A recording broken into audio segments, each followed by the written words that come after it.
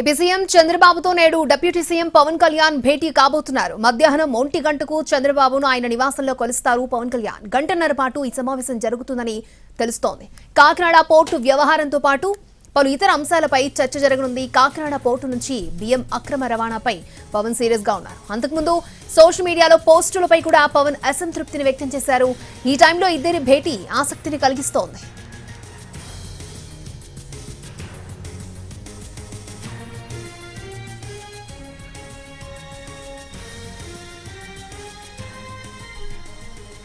AP CM చంద్రబాబుతో ఈ రోజు డిప్యూటీ సీఎం పవన్ కళ్యాణ్ భేటీ కాబోతున్నారు. మధ్యాహ్నం 1 గంటకు చంద్రబాబును ఆయన నివాసంలో కలుస్తారు deputy CM Pawan Kalyan. Right, ఈ అంశానికి సంబంధించి మరిన్ని అప్డేట్స్ అందించడానికి మా ప్రతినిధి రాము లైవ్ లో సిద్ధంగా ఉన్నారు. రాము,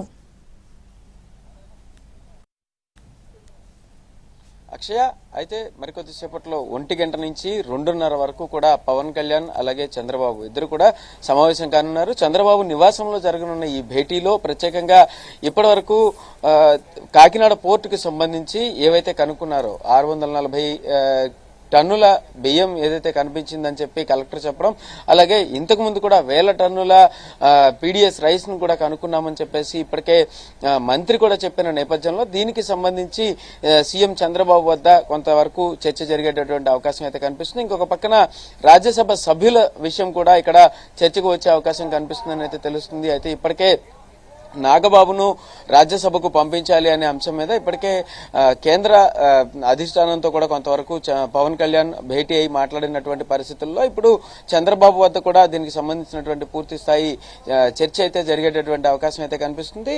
రాజ్యసభకు సంబంధించినటువంటి అభ్యర్థులు ఎవరు అనేటటువంటి ఒక కీలక విషయం మీద కూడా కొంతవరకు ఒక క్లారిటీ అయితే వచ్చేటటువంటి అవకాశం కనిపిస్తుంది. ఇంకొక పక్కన కనుక చూసుకుంటే పవన్ కళ్యాణ్ చంద్రబాబు మధ్యన ఇంకా ఈ సోషల్ మీడియా పోస్టులు కావచ్చు, ఇటీవల జరిగినటువంటి అంశాలు కావచ్చు, వీటన్నిటి మీద కూడా కొంత చర్చ జరిగేటటువంటి అవకాశం కనిపిస్తుంది. అలాగే రేపు జరగబోయేటటువంటి కేబినెట్ సమావేశంలో కీలకంగా ఎటువంటి నిర్ణయాలు తీసుకోవాల్సిన అవసరం ఉంటుంది, అలాగే ఏ డిపార్ట్మెంట్ కి సంబంధించి ఎలాంటి నిర్ణయాలు ఉండబోతున్నాయనే దాని మీద కూడా కొంత సీఎం డిప్యూటీ సీఎం మధ్యన చర్చ జరిగే అవకాశం అయితే కనిపిస్తుంది. రేపు జరిగేటటువంటి కేబినెట్ సమావేశానికి కూడా ఇప్పటికే ఏమేమి అంశాలు దీని మీద పొందుపరచాల్సిన అవసరం ఉంటుంది, కేబినెట్ లో చర్చించాల్సిన అవసరం ఉంటుంది అనేటటువంటి సమాచారాన్ని కూడా ఇప్పటికే సీఎం తెప్పించుకుని అలాగే పవన్ కళ్యాణ్ తో చర్చలో వచ్చేటటువంటి అవకాశం అయితే కనిపిస్తుంది. ఇంకొక ఈ విధంగా ఈ చర్చ మొత్తం అంతా కూడా అంటే ఈ మీటింగ్ మొత్తం అంతా కూడా గంటన్నర పాటు జరిగేటటువంటి అవకాశం కనిపిస్తుంది. దాదాపు 1 గంట నుంచి 2:30 వరకు ఈ సమావేశం ముగిసి పూర్తి అయ్యేటటువంటి పరిస్థితి అయితే కనిపిస్తుంది. అక్షయ. ఓకే రాము.